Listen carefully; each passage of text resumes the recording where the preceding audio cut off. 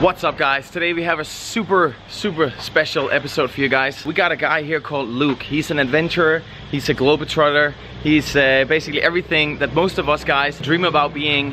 Stop dreaming about doing stuff and start doing, and that's what he's all about. And he's gonna come here and just talk a little bit about his achievements, and hopefully he can inspire you guys just like he inspired me and many other guys here in Thailand. Nope. Nice, Richo!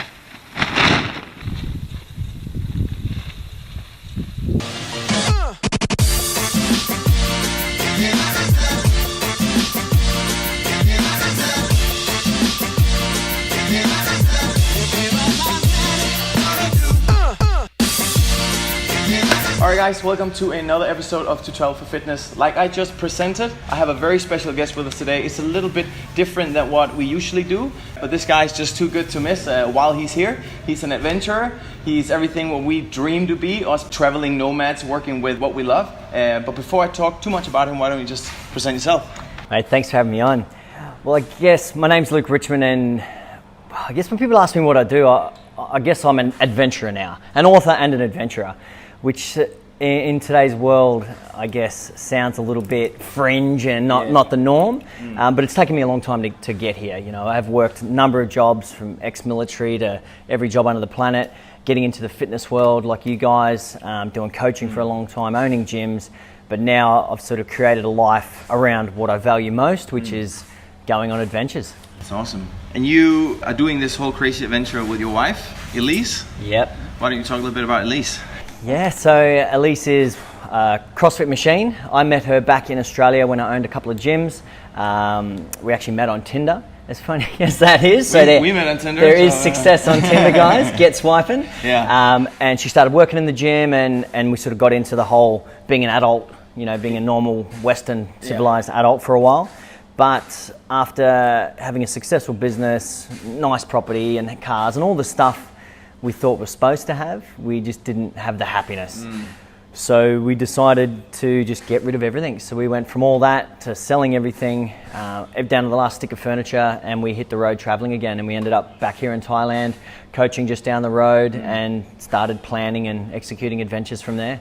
And now we're just training ourselves. Elise is getting ready for CrossFit Regionals, so she's done really well this year, and she's made it through to the Pacific region.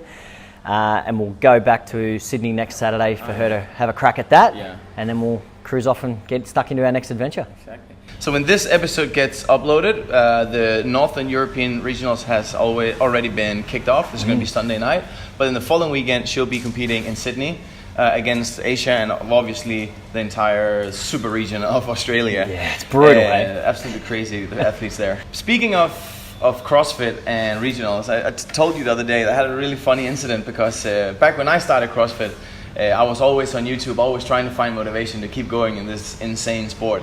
And I saw a guy somewhere in, I didn't even know it was Thailand, in jungle country, like super jacked, working out out of a Muay Thai gym. And he went to regionals in South Korea. Is this jacked pale guy, and I just for some reason it's stuck in here, you know. And then the other day I realized it's you, and that is so crazy. Like 4 years later, I meet the guy, and one of those memories I have from my early CrossFit days. It's just like, oh, that's the guy, you know. And you guys were doing it on a parking lot back then, right? Mate, that's almost out in a parking lot in the middle of nowhere in South Korea, and it was a different sport back then, I guess you could say. Like where it is today compared to where it was then. Back then, you just have a big engine, big strong fitness, and you were good. Now you could have so many skills and everything else. It's a different league. But I was lucky back then because I was coaching down at Tiger Muay Thai at the end of the road, and they had a good media guy, and they sent him along to shoot this little mini doco, which was just great fun. That's awesome, and it's so surprising how many people have watched that over the years. Oh yeah? And I'm not the first one, huh? No, you aren't the only one. There is a couple of views on there. But I mean, the first one has come up to you and be like, hey, I saw you. Mate, there's been a few, and I always get shocked by it because, like, oh yeah, that's right, I did go to regionals back then. Like, it's just such a, because that was actually my first CrossFit competition, because I was just doing this new sport called CrossFit to get ready for mountaineering because it was so intense and so good to get me fit. And then this thing called the Open came around. I thought, oh, we'll have a go at that. And being Asia, where I guess the region might have been a little bit less than prime, I slipped through and had a crack at it. So it was great. Like small world, you know, and then tiny. OLOCK. It's on your t-shirt. Yep. Why don't you tell the people out there a little bit about what that means? OLOCK stands for One Life, One Chance. And this is just a philosophy that for the last 11 years I've sort of lived by. So I came up with this little mantra and built it into a brand called OLOCAdventures, One Life, One Chance Adventures, that I do all of my expeditions under. And it turned into a book, One Life, One Chance, eventually as well. But it all started when I was trying to save money for adventures, and I was working underground in a coal mine back in Australia, 12 hours a day, 12 hours a night.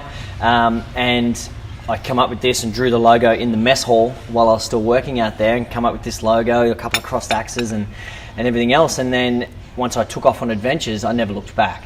So you could consider that the last full-time job I had, and it was horrendous. Mining, if you've ever done it, is a terrible job, but pays really well. And that afforded me the life that I live today. And over all the years of doing adventures, now I have the ability to plan, execute, pull in sponsors for these trips, so I don't have to go back and do that sort of work anymore. I'm very lucky. Now, for the people out there who don't really know more about you than what you just said, like if you were to name your 5 biggest adventures or achievements, what would that be? Well, I guess the military was first. I joined the military young at 17 years of age. I had to get permission from mum and dad to join up, but I served overseas with Australia for 4 years and then got out when I was still young. So that would have been the first adventure, getting out of my sort of comfort zone. I wanted to climb the biggest mountain on each continent. That was the list that I found for myself. And I said, I'm going to do this, and I'm going to do it all in 1 year. So I gave this attempt the best crack I could, and I successfully summited 5 of those mountains, failed on 1, and then I ran out of money, so I couldn't have a crack at the 7th one. But that was, my first I'm an adventurer type adventure. Guys, Luke Richmond from OLOCAdventures, standing on the summit of Carsten's Pyramid after 7 days of absolute hell. I'm going to play it on the safe side, shut the camera down and get the hell off this rock before the weather comes in. After that I went on to row across the Atlantic from Portugal to Brazil with a British team. It took us 55 days to cross the Atlantic, rowing for 2 hours, resting for 2 hours, 24 hours a day. It was the most suffering I'd ever done in my life. When we hit big storms, because there's 4 of us, 2 of us get in one little capsule, 2 of them get in the other end, you lock it down and you get pummeled by the waves. So it's designed to be rolled, submerged, pops up and rights itself, And it's absolutely terrifying. Scarier than anything I faced in the military was being out there with Mother Nature just pummeling you. But we set a new world record for the crossing, so we were very successful. So after that, we decided to take it a bit easier, and my wife and I went and crossed the Gobi Desert on foot, dragging a cart each with all of our supplies, 1,805 kilometres from the west to the east, and that took us 57 days through there. That was intense. We got him to what? Yeah! They've weakened me. What we quickly realised about the Gobi, especially on the Mongolian side of the Gobi Desert, is that it's minus 50 in winter and it's covered in metres of snow, and it's plus 50 in summer, where there's sandstorms that block out the sun, and there's this huge swing in the middle. So we had so much to deal with that we actually didn't really predict or know about. Probably should have done a bit more research, but it made it a very, very tough and interesting time. And that kind of leads into your life philosophy about how to live your life. Why do you tell us a little bit about that? My wife and I convinced ourselves that we're going to die in 5 years. So it's all up in 5 years' time, all right? Just convince yourself for a second that it's all over in 5. What are you going to do between now and then if you know you've only got 5 years left? And in answering that, you'll come up with things that don't have money related or pensions or security or mortgages or all this stuff that's not there. It's all about what's going to give you the most happiness and fulfillment. And once we have that little list, then we go about, all right, how do we get the money for it? How do we do this? But we go and execute them. And if we're lucky enough to get to the end of that 5 years, we'll go again. But that's how we sort of structure our lives at the moment. That's kind of like a cliche thing to say, that you want to live like it's the last day of your life, but it's so inspiring when you meet someone. I told you many times. It's so inspiring when you meet someone that actually dedicates their life to do it, and they actually do it. So that's where this type of lifestyle that Dora and I are trying to live now really pays off, because you see people who are doing it, and it's going to change you. If you allow people to affect you, then that is going to actually also change and motivate the people around you. So. And it's not to say it's not going to be scary. Like when we first started living this lifestyle, you have that anxiety. You've given up a paycheck, you've given up a business, you've given up security in a sense. But after 6 months, all that anxiety goes away, that social paranoia, it's gone, and you find that security is within yourself. Exactly, and if you've got a skill set and you can back yourself, you can go on to achieve everything you want to do. And you always got to think about, especially people like ourselves, were born in this Western civilized world. What is your worst case scenario? Mine is, if I totally screw up my life, I get to fly home, I get a Medicare card, so I'm not going to, end up dead. I get the dole, which will give me a couple $100 a fortnight, and I can start again. So with that safety net underneath you, what's your excuse for not just going and having a crack at everything? It seems so simple when you say it like that, right? It's awesome. Life is very simple, but we overcomplicate it. All right, so moving on from the great adventures to our field of expertise, fitness. How do you train to do these kind of crazy endeavors? It starts with a base. It starts with just good health and fitness strategy. So anything you want to choose from to get your base. I choose CrossFit, good strength and conditioning. You're eating healthy, you're doing your running, all that stuff's combined in that CrossFit method.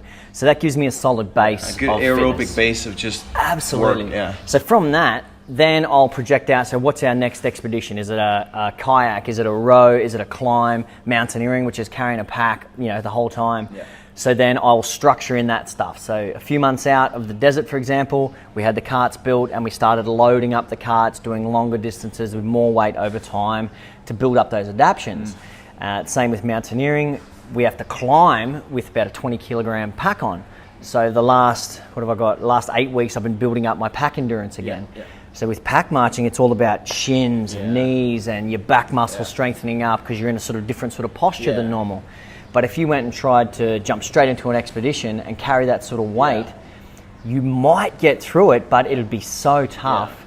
And you have to have reserves for when stuff goes wrong. But as a base, CrossFit, strength conditioning, eating healthy, sleeping, all the rules that we know you have to follow just to live and be healthy to begin with. That's what it is. It's the most complicated, simple thing ever. That's what it is. That's what it is.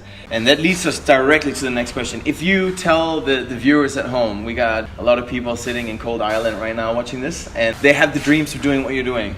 What do they do to get started? First, ask yourself that question. You can do that right now. Convince yourself you're going to die in 5 years, and what do you want to achieve between now and then? And write it all down. Whatever that is, then work it backwards. So if you want to go and climb Everest, you're not going to have the skills to do it straight away. So you start small. You might do a trek to Everest Base Camp. And that's a little micro adventure that might take you 2.5 weeks that you can do right now while you're still secure in your life. And that'll give you a taste. And if that gave you the feedback, that reward that you're looking for, then you go bigger. And then you start to structure your life around those things that you want to achieve. But first of all, ask yourself the question. And figure out, do you really want to live outside the norm? And is it going to be what you dream about, right? And then we got this little fella here. First book. One Life, One Chance. Mate, 10 years to create the content. It took me 2 years to write it, but I was very lucky. When I did join the military at 17, like I said, I had a wise sergeant who told me to write journals. He said, start writing journals now because you're going to deal with a lot of bullshit and this will help you. And he was spot on. So I'd kept journals my whole life. So by the time I'd had enough adventures and people started telling you, oh, you should maybe try and think about writing a book, I had the content to go back on and write about. But it took me 2 years to pen it, a year to publish, and it came out a couple of months back in Australia and New Zealand on the bookshelves. And you it's went doing straight on a tour? Straight on the book tour in Australia, which was great fun because I wanted to do it a little bit differently. The publishers wanted me to visit about 100 bookstores. And I said, look, I'll do that, but I want to make an adventure out of it as well. So I'll take no money. I just took a big rolly bag full of books, so 50 books in my bag, and I hitchhiked around Australia selling books, trying to sell a book a day to survive, first of all, and visiting all the bookstores and giving free talks and stuff like that. So just to so the viewers know a little bit about what's going to happen next, we talked about a little bit about India, but just explain a little bit more what's going to happen in your next big adventure now. So the next one, it's called the True Path Project. So there's a mountain in the Himalayan region of northern India called Santapanth, and that means true path. And it'll be my biggest mountain so far, and Elise is actually going to come as well on this one. She's going to attempt her first big mountain. It's 7,075 meters. At the base of that mountain, so if we summit successfully and come back down, the glaciers feed into the Ganges River. So the holiest river on earth, in the Hindu religion. and we're going to change to a kayak, and we're going to kayak all the way to the ocean. Wow. So that'd be about 2,500 kilometre kayak after that. Wow. It should take 90 days, give or take, and we'll sure to experience a lot of fun along the way. That's it, yeah. So that's the next one. That starts September 4th this year. And how can people follow that adventure? Okay, so this one's going to be good because India's home to the telco companies. There's good coverage on the river. We'll be able to get out videos, blogs, Insta stories from the river almost every 2-3 days. On the mountain, I'll have satellite comms anyway, which I'll upload to my social media. Yep. So you can follow along on Instagram. I guess is probably the best place to go. Yep. Luke_OLOCadventures. On the screen right here. Which will feed into Facebook and then onto the website, OLOCadventures.com. Yeah. And that's really, that's the future. That's where technology is nowadays, that you can be on stuff like this, and you can upload day by day, and people can sit home in their living rooms and follow. And that's the evolution I've had to adapt to as well, Yeah. because my first adventure climbing in South America, I disappeared for 2 months. You come back, you find a dial-up phone, say, yeah, Mum, I'm alive, we made it, we summited.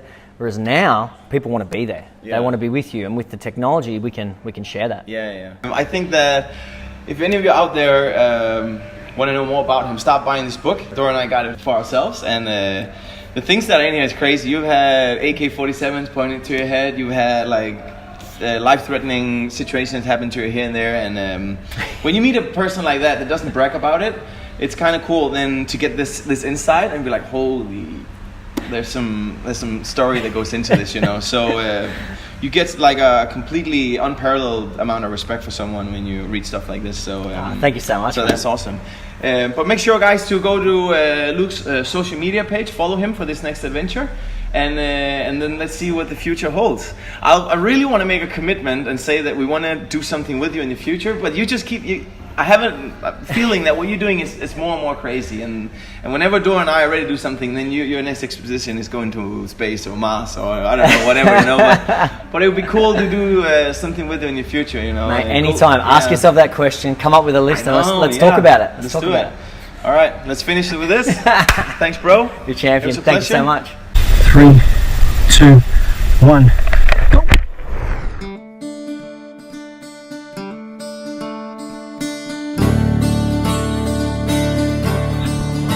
Well, I'm standing on top of the biggest mountain outside of Asia.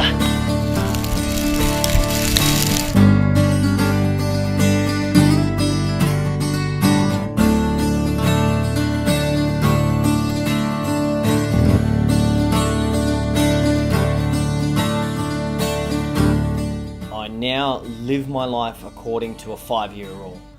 I convince myself I'm going to die in 5 years' time. In 5 years, it's all over. Now, what do I want to achieve between now and then? Whatever those things are, that's what we go out and do.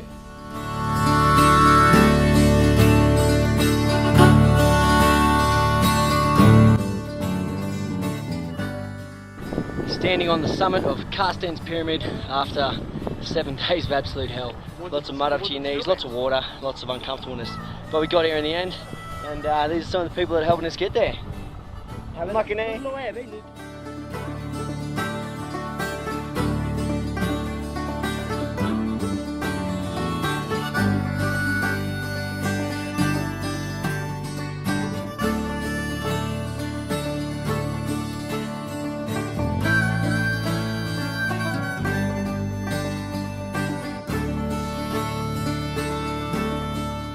You only have one life and one chance.